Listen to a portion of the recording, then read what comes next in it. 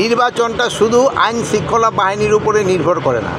নির্বাচনের একটা one stake হলো, একটা হলো আইন শৃঙ্খলা বাহিনী, আর একটা হলো আমাদের প্রশাসনে যারা কর্মচারী কর্মকর্তা আছেন তারা, আরেকটা আছে হলো আমাদের ইলেকশন কমিশন, আর একটা হলো কি জানি আরও একটা আছে। ওয়ালটন এখন দেশের সীমানা পেরিয়ে পৌঁছে গিয়েছে 50টিরও বেশি দেশে।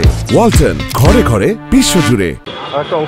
ইলেকশন কমিশন, তারপরে হলো আরেকটা আছে যে আমাদের যারা এই পার্টিগুলি যারা অংশগ্রহণ করে তারা।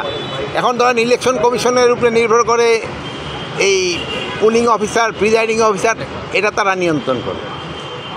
তারপরে ধরেন যে রিটার্নিং অফিসার, তারপরে অন্যান্য দিকের যে প্রশাসন থেকে আসে, আইন শৃঙ্খলাটা আমরা দেখি।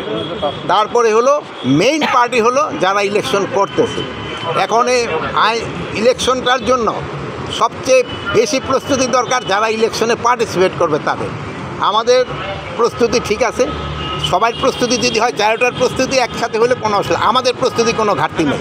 মানে রাজনীতিতে অনেক কথা বলে, এটা তাদের জিজ্ঞেস করতে পারেন। আমারটা থেকে আমার যদি জিজ্ঞেস করেন আমি ওনাদের প্রশ্নের উত্তর দিব না। আমরা আমাদের প্রস্তুতি আমরা নিই, যেহেতু আমরা আরও সময় আছে, প্রায় 5-6 মাসের মতো আমরা প্রস্তুতি নেওয়া শুরু করে দিছি। ওই সময় ইলেকশনের সময় আমার মনে হয় না আইন শৃঙ্খলার থেকে কোনো রকমের অসুবিধা হবে। এর আগে যে সময় ছিলাম, আমি প্রথমে একবার ইন্ডিয়া গেলাম, ওই জিজিবিডিয়া, সেই সময় আপনাদের মতো আরও কম সাংবাদিক ছিল, ওই দেখে আমি ফেস করতে চাইনি। এখন আল্লাহ দিলে আপনাদের সংখ্যা অনেক বাড়ছে, এই জন্য কিন্তু কানাকানসিতে কোথায় কী ঘটনা ঘটছে আমরা কিন্তু সাথে সাথে রিপোর্ট পাই। আগে একটা ঘটনা ঘটলেও কিন্তু সংবাদটা পাওয়া যেত না। তো আপনি যদি আগের সাথে তুলনা করেন, মব কিছুটা কমে আসছিল, বাট পরে আবার এই 2-3 দিনের আগে যে কুমিল্লা একটা ঘটনা ঘটছে, চিটাগাং একটা ঘটনা ঘটছে, লালমনিরহাটে একটা ঘটনা ঘটছে, ফরিদপুরে একটা ঘটনা ঘটছে। বাট এগুলি যেন ভবিষ্যতে আর না ঘটে, এই জন্য কিন্তু আমরা প্রপার অ্যাকশন নিচ্ছি, এবং এটার সাথে যারা যারা জড়িত তাদের বিরুদ্ধে কিন্তু ব্যবস্থা নেওয়া হচ্ছে। আমি গিয়েছিলাম ইন্ডাস্ট্রিয়াল পুলিশ হেডকোয়ার্টারে, ইন্ডাস্ট্রিয়াল পুলিশের হেডকোয়ার্টারে কিছু কিছু সমস্যা রয়ে গেছে, যে তাদের জনবলের সংখ্যা অনেক কম। আপনারা জানেন যে আমাদের এই অগাস্টের পরে ইন্ডাস্ট্রিয়াল সেক্টরে অনেক ধরনের সমস্যা দেখা দিয়েছিল।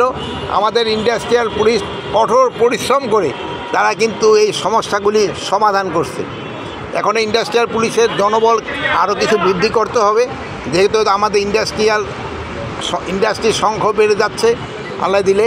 এই জন্য আমাদের এটার জনবল বাড়ানো এবং তাদের সরঞ্জাম বাড়ানো দরকার। এইগুলি ব্যাপারে তাদের সাথে আলাপ হয়েছে। আর এখানে আমার মেইন আছে, এখানে আমি এর আগে একবার আসছিলাম, আসার আগে আমি একবার দেখে গেছিলাম যে তাদের 3 তলা থাকার জায়গা আছে, বাট তাদের ওয়াশরুম নাই, গোসল করে। ওই জিনিসে আমি একটা অর্ডার দিয়েছিলাম যে একটা করে দাও, আজকে দেখলাম এটা তারা করছে। এই জন্যে আজকে এখানে আসার উদ্দেশ্য।